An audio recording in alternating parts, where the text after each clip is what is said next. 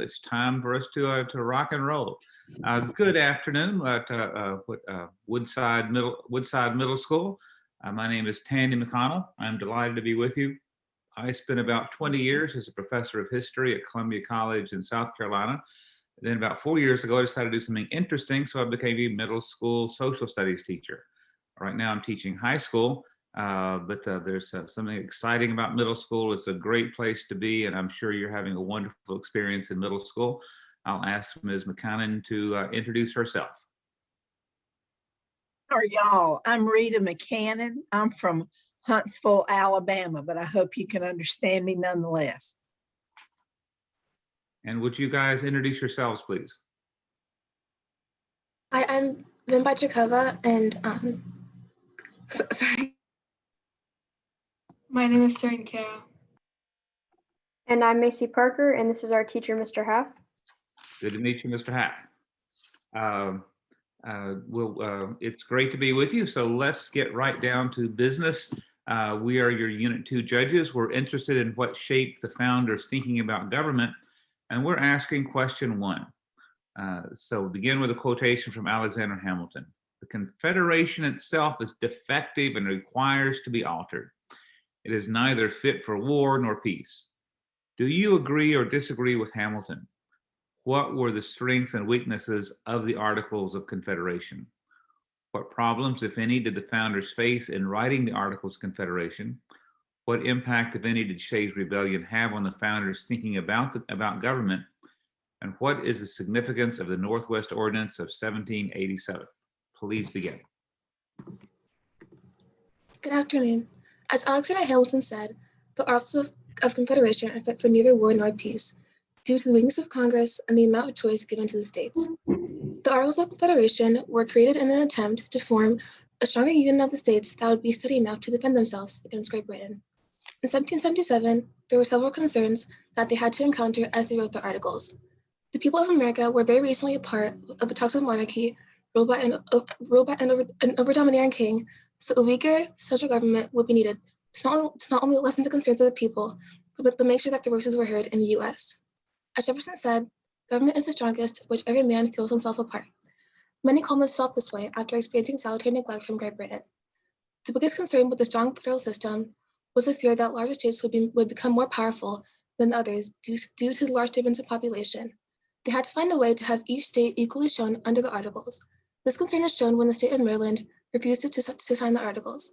To prevent overpowering states, Jefferson had to assure the state that the western lands would be made into new states instead of made into old states. These principles that arose when framing the Articles would ultimately be the trigger for unrest amongst the people, and go on to prove that the flaws of the Articles allowed them to last through neither war nor peace. Shays' Rebellion affected the founders' thinking because it ruined and destroyed everything they built by farmers. Because of what got destroyed, people started saying they wanted stronger central government. The rebellion also showed the weakness of the Confederation. It showed that most of the government's power was held by their states and by their people. After calling for better central government, the founders and the government lost their pride. But because of that, they had to change the Articles of Confederation to fit their people's needs. As Alexander Hamilton says, that the Confederation is not fit for war or for peace, and that it needs changed. The Confederation was not fit for war or for peace for the people of Shays' Rebellion. Thank you, Serene. The Northwest Ordinance of 1787 was and is significant to the United States government. This outlined the process of having a state join the Union in that territory and guaranteed the newly created states would be equal to the original 13 states. When the Northwest Ordinance of 1787 was written and put into action, the Articles of Confederation were still in use, and this document was a strength to the Articles. The reason for this is that the document was considered one of the most important legislative acts of Confederation Congress. The Northwest Ordinance also protected civil liberties and religious rights, which shows the relevance of the Northwest Territory of 1787. Along with this is the fact that before this, when the Articles of Confederation were in use, Congress could not tax, which is why the Northwest Ordinance was such a big movement for Congress. Congress not being able to tax is a big weakness to the Articles of Confederation, because tax money is needed to do things like fund a military and provide much needed services for the country. But also seen today in Article 1, Section 9, Clause 4 the direct taxes clause, we can see that Congress shall not lay direct laws unless in proportion to the census. So long as any individual state has the power to defeat the measures of the other 12, our pretended union is but a name and our confederation a cobweb. Noah Webster, 1780. Alexander Hamilton states that our confederation will need to be modified and that it is neither fit for war nor for peace. And I agree that the confederation did and someday may need to be altered, though needing to remember that there will be an opposite claim to that, which is that not everyone will agree and that the confederation is not fit for war nor for peace. Thank you for your time. Okay. You mentioned the weakness of the Articles of Confederation. What did Shays' Rebellion, what happened there? What did that tell the founders to tell them they were going to have to do something different than the Articles of Confederation? And to be more specific, to help you guys out, do you know what happened, what actually happened at Shays' Rebellion that caused them to have to talk about changing the Articles? People got really upset about how much they were paying for taxes and how much land that the government and the people started taking by taking farmers' lands. And that upset people. Who led, who led Shays' Rebellion? I mean, who was Shays?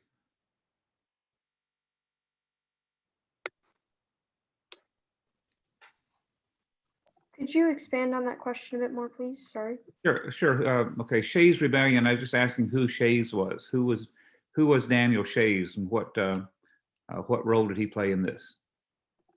He played the role of being part of this rebellion to help the people, and because of what had gotten destroyed by farmers, relating back to the Articles of Confederation, this shows that having the bigger central government may not be needed at that point in time, but looking at Shays' Rebellion, this man led the rebellion to help the farmers in that moment. Okay, good. That's a good answer. Let's think about the Northwest Ordinance for a minute. Just one detail.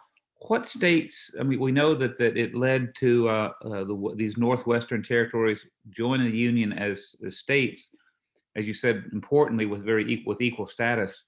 What were some of the states that were able to join the Union this way?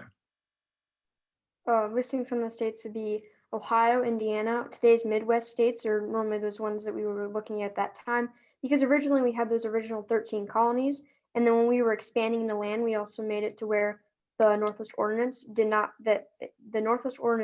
forbids slavery, and I think it's because of the territory that it was in, which is today's Midwestern states. Right. So it's interesting how what was the Northwest in 1787 becomes the Midwest today. Good, very good point there. So okay, I'm going to push this to the present now. The Northwest Ordinance, you said, created ways for territories to become states. And really it's said that the United States is not going to become an empire ruling over second-class places, but we're all going to be, going to join as states. Do you think that the District of Columbia, which is not a state, but is governed by the United States, should it become a state? Should we use the principle in the Northwest Ordinance to make Washington D.C. into the state of Washington, I guess what would be the state of Columbia? What do you think? I do believe that it should be made into a state, just because there's already it's already filled with like many important like monuments that we have, like the Washington Monument and the White House, the Congress, etc. And I feel like if we added it as a state, it would be it would just form, like, since it's already the capital, it would form like a stronger, not stronger, but it would bring the U.S. more together. I would like to disagree with my colleague in saying that the District of Columbia, which we have seen in the powers of Congress, shows the District of Columbia is for a reason a district and does not have that vote in the Senate or the House of Representatives, which I think it's important to have, because the District of Columbia is its own district. And if we made it a state, I feel like that would give our central source of power, our federal government, too much power, because they're given their own state, which might conflict with states versus federal law in a way. Okay, I'm just going to put you on the spot here. You don't have to agree with my thesis at all, but so you're telling me that the people, the ordinary people, the butchers and bakers and candlestick makers who happen to live in Washington, D.C., that they ought to be able to pay taxes, but they ought not to have any representation in Congress about how those taxes are going to be spent. Is that the argument you want to make? Not necessarily. I'm not saying that people do not have the say. I'm saying that they have the say, but they have chosen to live in the District of Columbia. They can choose to go live in Maryland and still be a baker, candle maker, etc. Gotcha. Thank you so much. Good discussion. Good argument there. Mentioned Puerto Rico. We could go to Puerto Rico a whole lot easier for a trip and a boat or whatever if it were a state. Wouldn't have to pull our passports out. What do y'all think about Puerto Rico? Do you know anything about it? It's an unfair question, but I'm just asking. Well, Puerto Rico is not a state of the US. It has been put underneath, like, there has been discussions about should it be the 51st state. And I think, like Hawaii, it is different from where we are. And I feel like that would be a big movement for the US to have added another state, but I don't know a lot about it, so. I believe that Puerto Rico should be part of, like, it should join a new state in the U.S. just because people in Puerto Rico like do fight for this country. So I feel like if they fight for the country, they should be able to be part of it. Okay. Rita, did you have a question to go over? Or? I don't have one right here. I'm looking at my notes to see what we haven't talked about yet. Then let me throw out another Okay. Another question just to get us thinking a little bit. Which do you think is most dangerous? And this is what the whole question seems to be about with the Articles of Confederation. Which is more dangerous, a government that is too powerful and able to threaten the liberties of the people, or a government that is too weak and unable to protect people from crime, protect people from invasion, from warfare and all those things? Which would you think, and neither of those are good, but which would be the most dangerous? I think the most dangerous one would be the one that has like less control, just because if you have like a more powerful government, then people like will like be able to like stay in check, and the government can be able to control them. But with like a strong, with like a lesser central government, like it would be a lot of like chaos, and people could do like whatever they wanted to do, and the government like wouldn't be able to control what they were doing. So even though the strong, like the like powerful government is like bad, it would be able to keep people in order. It sounds like a state of nature you're describing there. Is that what you is that what you're talking about? Yes, I would say that. Very good. Any different opinions on that? I would like to disagree with my colleague. I mean, yes, if the government has more power than the people, they could keep them in check, but it could also, the government could also be taking taxes and bills and be spending it on stuff that's not helping or benefiting the people that are paying taxes. Like now, there's a lot of arguments about taxes now. So if the government has more power, what are they going to do? They're going to raise taxes even more, and they're going to be spending it on stuff that they shouldn't. I would like to add on my colleague. I'm sorry. We better call time there. Thank you so much. So good discussion. That's a really interesting ideas there. I like that you were able to differ with each other, but to do so by adding on to what the other person said. Really, without saying, okay, you know, she was so wrong, but saying I'm going to disagree on this point.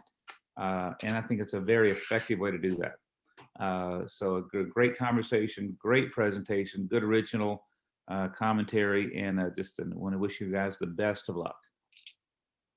Same here. I really liked how you were so prepared. You came in with all your material that you've studied so hard on. I liked how none of our questions, even though we ought to be probably a little more careful about what we ask and stick to the material. You didn't seem to shy away from answering the things that we asked you that pushed you a little bit. This is hard stuff. You came and did some things today that seniors in high school and freshmen in college don't know how to do. And you have learned something difficult. And I hope one thing it tells you is that you can do a lot more. And as you go through high school, one thing I hope you will remember is that this enables you to speak publicly, to talk to people you don't know very well, and to be articulate. And boy, will that get you a long way in this world. I really appreciated what y'all did today and your teacher for helping you get ready so well. Thanks. Thank you. Thank you for having us. Hope you guys have a great rest of your day. Thank you. Take care.